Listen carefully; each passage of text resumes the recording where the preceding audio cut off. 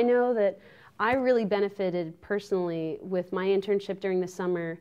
I was a user experience research intern at VMware, and my mentor invited me to every meeting she had for the first 2 weeks. And the expectation was I was going to sit in the corner and be quiet and ask questions when I needed to, but I mean, I wasn't expected to participate. But the valuable lesson she gave me in watching and observing her was I got to see her work a room. I got to see her massage and quiet down and calm, you know, angsty stakeholders and developers who were complaining about the technical constraints about, you know, what was going on.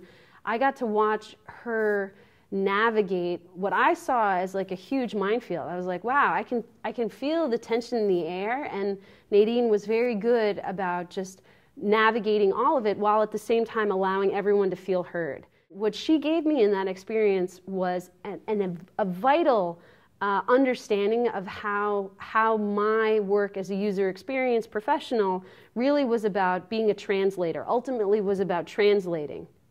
It was about translating not just what the users were experiencing and how they came to a product.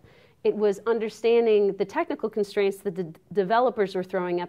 I can't make that animation. That technology doesn't exist yet.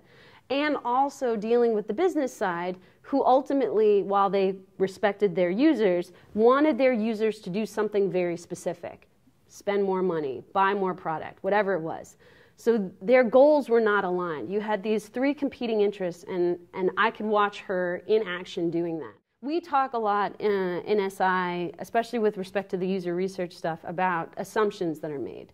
You know, and being good and critical about identifying those assumptions. But I think when you don't have someone calling you out, when you don't have someone engaging with you very intimately with your work, and unfortunately in a critical way, and by critical I don't mean mean, I mean rather someone who is challenging and poking and prodding, importantly to find where the holes are. Because your design is only going to be as strong as it can be if it's not riddled with holes. This is why large organizations do things like design studios, where they'll ask all the designers who have no idea what the product is to come and give critiques and criticisms on a design that's being proposed, because it provides a valuable sounding board for, I know you've been working on this for 4 weeks straight, and you are harried by the developers and the business stakeholders and all of the user interviews you've had to do, and it just feels so close to you right now. But use this as an opportunity to take a step back and think critically about whether or not this was actually the right design.